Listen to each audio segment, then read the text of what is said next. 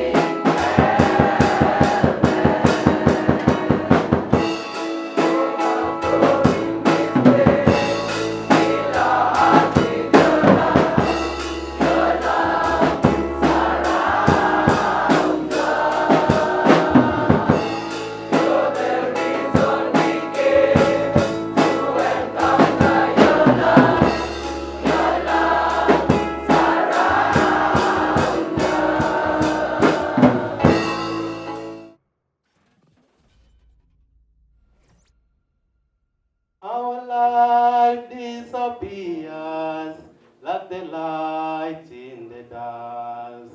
Our life is like the flowers that wither all alone. Our life disappears like the light in the darkness. Oh Lord, remember me, remember me, remember me. Our life disappears like the light in the dark. Our life is like the flowers that wither all alone.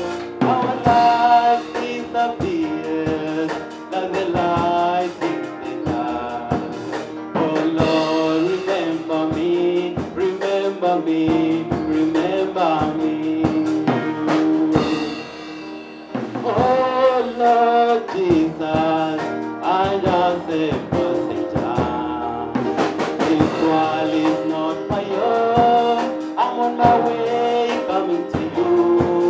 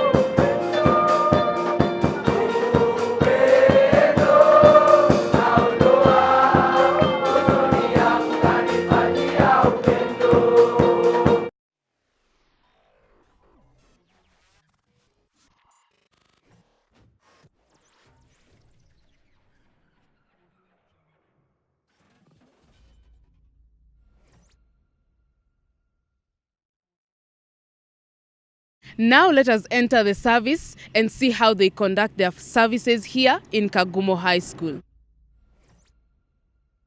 Kama Yahweh, Bwana wa mabwana. Kama Yahweh, Bwana wa mabwana. Nani kama Yahweh, Bwana wa mabwana. Kama Yahweh, Bwana wa mabwana. Nani kama Yahweh, mshindi wa washindi. Nani kama Yahweh, mshindi wa washindi. Nani kama Yahweh, mshindi wa washindi.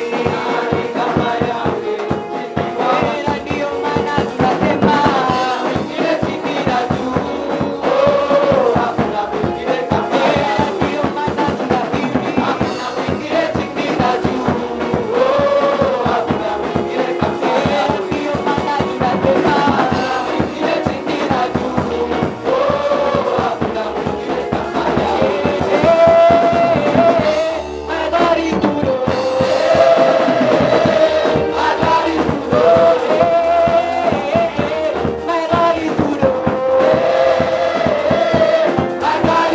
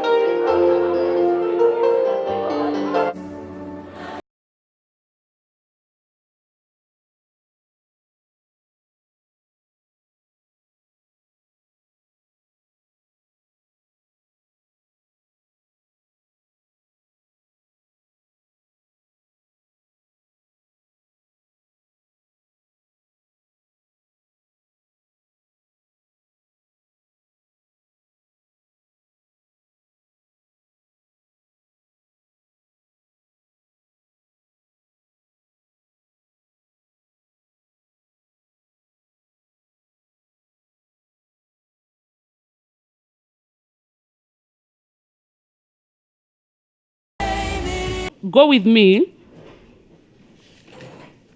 The book of Acts.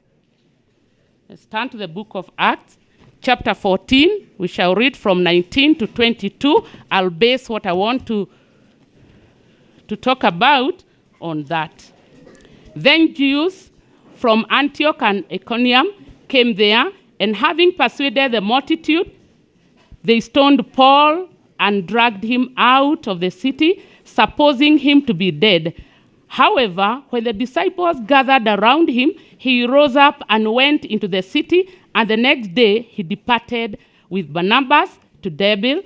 And when they had preached the gospel to that city and made many disciples, they returned to Lystra, Iconium, and Antioch, strengthening the souls of the disciples, exhorting them to continue in the faith, and saying, "We must, through many tribulations, enter the kingdom of God." The story of Paul is a story that encourages me, encourages many, many young people and young men like you, because this is a servant of God, that God transformed his life, and he purposed to live his life, and at the end of his life, he glorified God, and he did what God wanted him to do. The topic of my message today, I've given it, awakening the greatness within. What is greatness? Before we now start awakening this greatness, let's understand what is greatness. It is our capacity to navigate hardship with ability and grace. It can also mean bringing a positive change to the world around you. Like many examples that we have, Akina Martin Luther King, we have Bill Gates, and many others that you can mention. They bring change around you. We can also say is being the best in what you do. Being the best in what you do. And we have examples of those people who have done the best in whatever they do. Maybe you're a good musician. God has talented you in music. God has talented you in whatever. And you do the best. And we have examples. So whatever the case, one thing we know, that people are not born great. They work their way to greatness. You have to awaken the greatness in you. And there is a talent in each one of us, and we know it. And as we go through school, what the school does is trying to help us understand ourselves. And as we connect with God, he is able also to reveal to us that what is that he deposited in you and me, that I may awaken it and use it for the glory and honor of God. Paul was focused. Paul was worked very hard and he persevered. If you I know you have read the story of Paul or the works of Paul. Paul was somebody who was never moved by anything. Whatever he believed, whatever city he entered, and he knew that God wanted me to say this, he said it. And therefore, that is why today we read of Paul. Why? Because he was focused, he worked very hard, he persevered. Paul faced opposition in the church, and even outside, he faced what?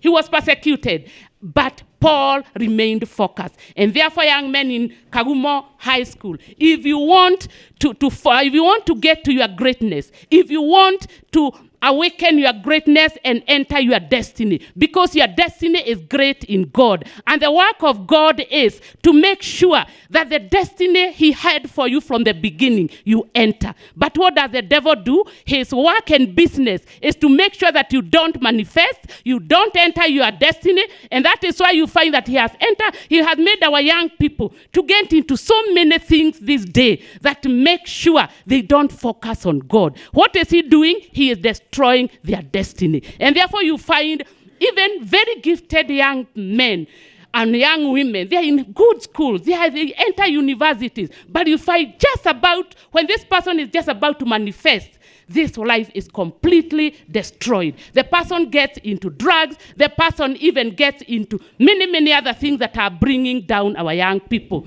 But if you remain focused on God, we are going to manifest. We are going to do great things. Those great men and women that rested on top of the society, that became great. They had unstoppable focus, like Paul, and they had work ethic. What is perseverance?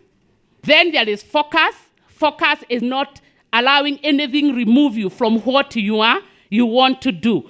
And then there also have to be commitment and hard work. If you follow the story of Paul, if he wanted to go to a certain city and preach the gospel, because the Spirit of God has sent him there, it didn't matter what was in his way. He suffered shipwreck many times, maybe 2 or 3 times, but he could finally get into the island. And when he got there, God, he did signs and wonders. He healed people. He was called names. People could not understand him. But Paul never stopped what he was supposed to do. Can you tell your neighbor, can you be a Paul today? Can you emulate Paul today? And you get to your destiny. How do you achieve your greatness? 1, set quantifiable goals. This will help you visualize the path to success and keep you motivated. 2, learn from the world's most successful people. Have a mentor.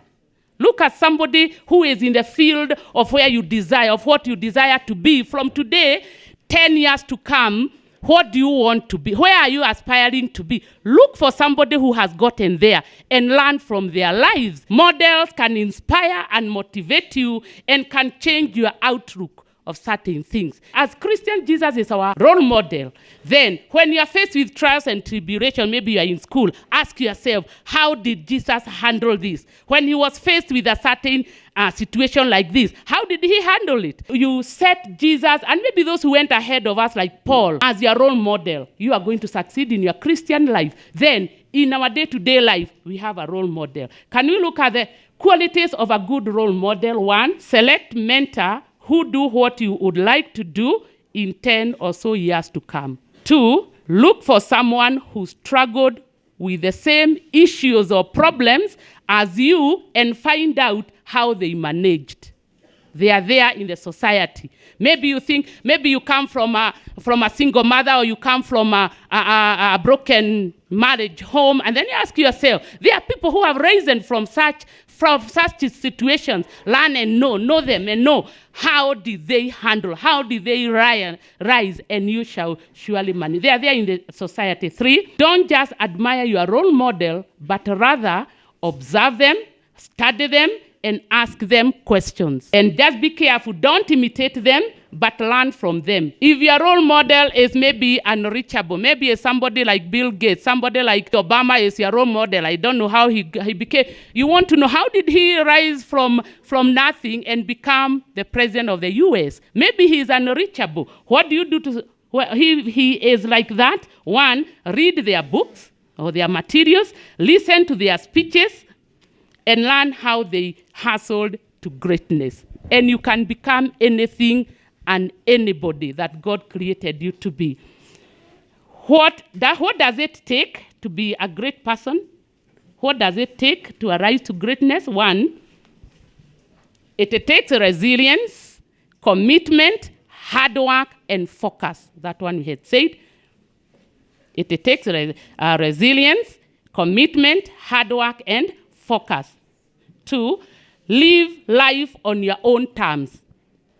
Live a life on your own terms. Three, separate yourself from mediocre people. These are people who have resigned themselves to an average life.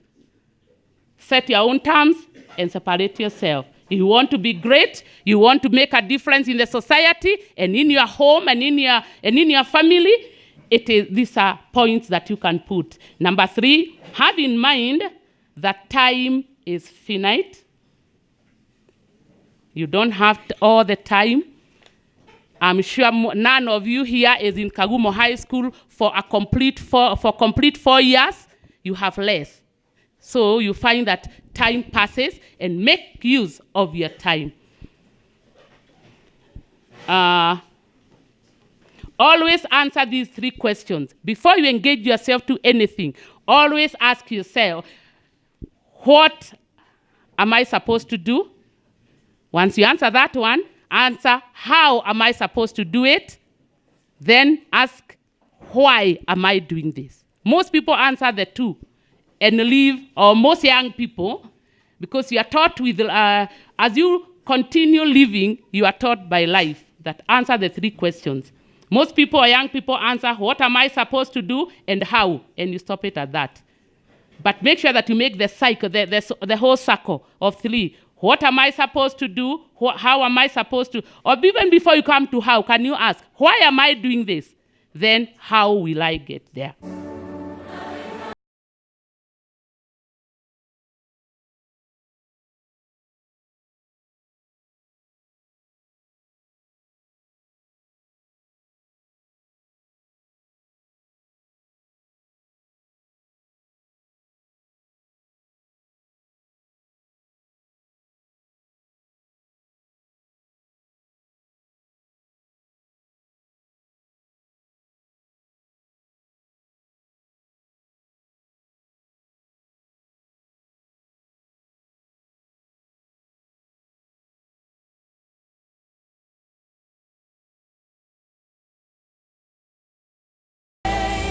We are going on a short break. Be sure to stay with us. There's much more coming up.